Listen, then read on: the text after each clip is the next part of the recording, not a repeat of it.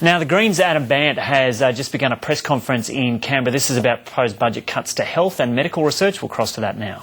Community who value Australian medical research. And on behalf of the community, I'd like to present Adam with this petition today. Thanks very much. It's my privilege to accept this very large petition which shows just how widespread the community support is for health and medical research funding.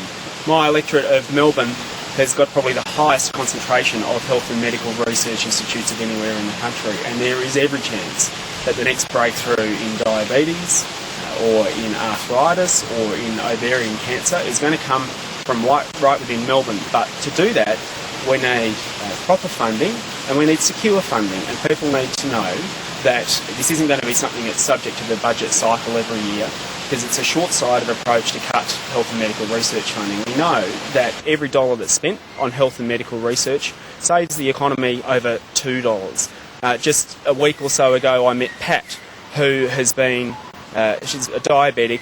She's been on a trial now for a year being run out of St Vincent's Hospital or St Vincent's Institute in Melbourne, and she's been off insulin for a year.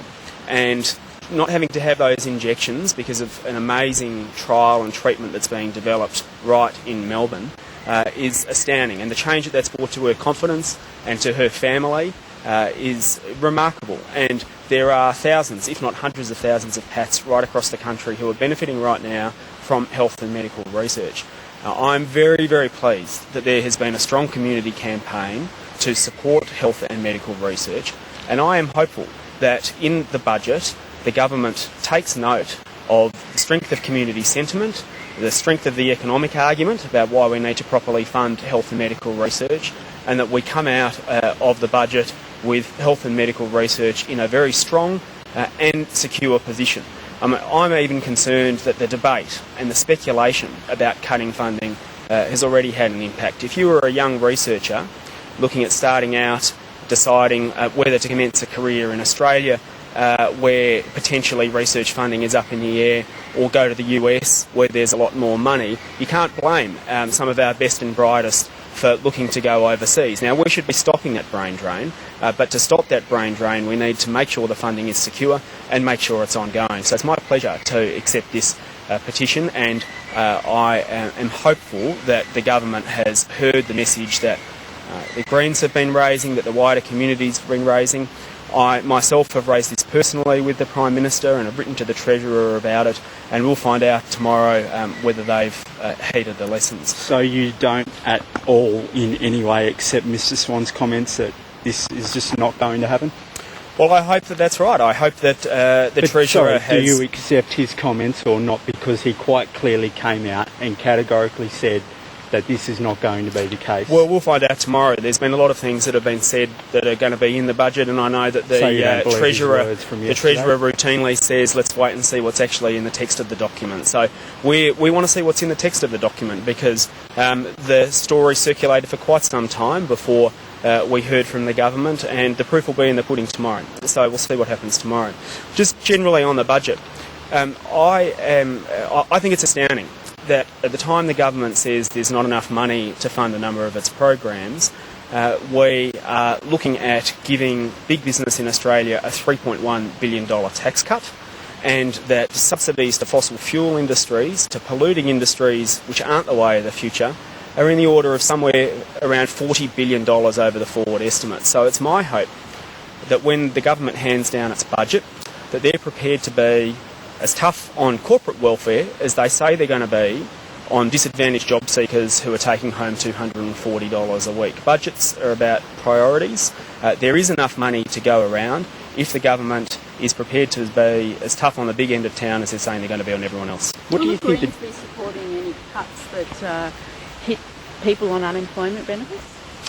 Well, we'll be looking at what the government proposes tomorrow. This is the government's budget, not ours. I hope the government takes up a couple of our suggestions. It seems that they might with respect to fringe benefit tax on cars. It seems that they might with respect to health and medical research. So we'll wait and see what comes out of it. But I don't think that there is a good economic case that can be made for being tough on job seekers, while at the same time giving a further handout to the top end of town. So we'll see what the budget hands down tomorrow. A change to the low income tax offset, it's only bringing forward something that people are going to get anyway, and for someone on $60,000 a year, still below the average wage, it works out to about $1 a week. Is this really that big a deal? Do you think they're making it out to be? Look, I think that every little bit helps when it comes to assisting low income earners, but I do think from what we've seen today, it pales by comparison to the kind of largesse that the government is prepared to give the top end of town. And if the government is serious about getting the budget back into surplus, then it needs to look at the revenue side as much as it needs to look at the expenditure side. And that means looking at asking the question, why are we giving a tax cut to big business in this country? It's going to cost about $3.1 billion. And why are we continuing to subsidise large mining corporations to buy cheap diesel fuel? When it comes to this petition in particular, this is about not cutting funding for medical research. Would the Greens like to see more money put into funding medical research? We'd like to see more money put into funding medical research, but also like to see it be understood that it is secure and long-term funding. Because part of the problem is that there are so many worthwhile projects that could be funded right here in Australia, but so many of them are funded on such a short-term basis that the insecurity actually means that people might decide to go overseas and conduct a project. And so part of the problem is the level of funding, but part of it's also making sure it's not subject to short-term political cycles and making it spread out over a longer term so that people feel that they can make a career and a future here in medical funding and medical research in Australia.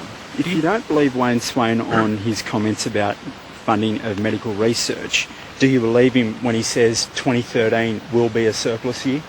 I didn't say I didn't believe him. That's your assumption, not mine. Do you think that sending asylum seekers back to Malaysia is an ethically wrong decision to make for this government?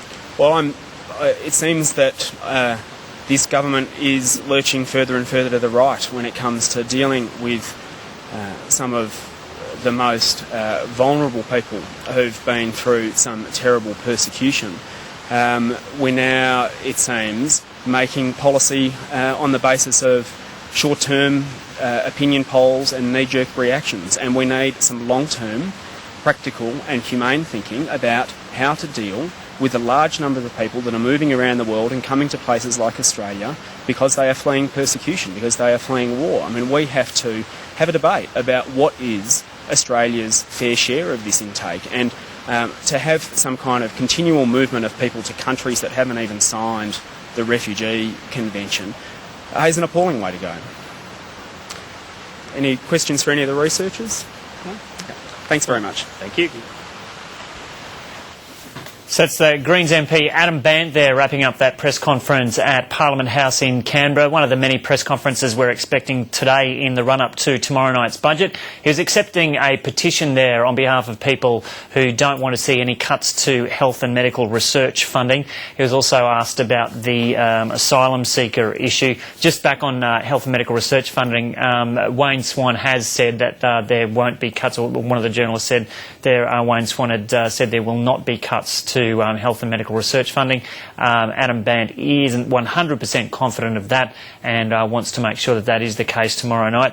And just on the asylum seeker deal that Australia has struck with Malaysia, he's said that is an appalling way to go. So it seems the government will continue to have significant problems with that asylum seeker deal that it has struck with Malaysia.